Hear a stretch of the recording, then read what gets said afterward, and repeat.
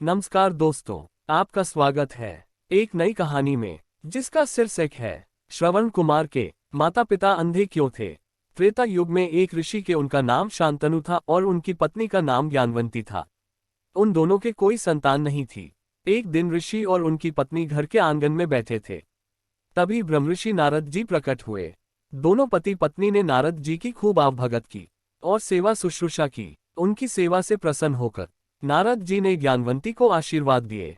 सौभाग्यवती भव, आयुष्मती भव, पुत्रवती भव। यह आशीर्वाद सुनकर ज्ञानवंती ने पूछा कि हे ऋषि, क्या तुम्हारा तीसरा आशीर्वाद भी सफल होगा।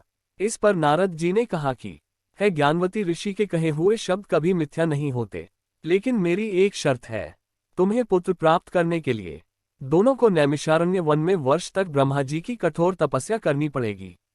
तब ऋषि और उनकी पत्नी दोनों ही नारद जी के बताए अनुसार नैमिषारण्य वन में जाकर ब्रह्मा जी की कठोर तपस्या की। उनकी तपस्या से प्रसन्न होकर ब्रह्मा जी ने उन्हें दर्शन दिए और वर मांगने को कहा। शांतनु बोले, हे प्रभु, मुझे पुत्रवान होने का वर दो। तब ब्रह्मा जी ने उनसे कहा कि पुत्र अवश्य प्राप्त होगा, लेकिन मेरी एक शर्त है कि तुम्हारे घर में पुत्र होने पर तुम दोनों की नेत्र ज्योति चली जाएगी। इस पर शांतनु ने कहा कि हे प्रभु, क्या हुआ कि यदि मेरी नेत्र ज्योति चली जाएगी, मैं पुत्रवान तो कहलाऊंगा, लोग मुझे नपुंसक तो नहीं कहेंगे। मुझे आपकी सभी शर्तें मंजूर है। इस पर ब्रह्मा जी ने कहा कि मैं तुम्हें आशीर्वाद देता हूँ कि तुम्हें पुत्र प्राप्ति होगी, और यह भी आशीर्वाद देता हूँ कि तुम्हारे इस पुत्र का नाम संसार में युगों युगों तक याद किया जाएगा।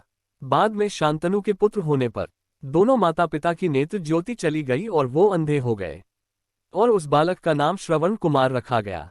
आप सभी लोगों को ये कहानी अच्छी लगी हो तो लाइक करे, शेयर करे और हमारे चैनल को सब्सक्राइब करे। धन्यवाद। आपका दिन मंगलमय हो।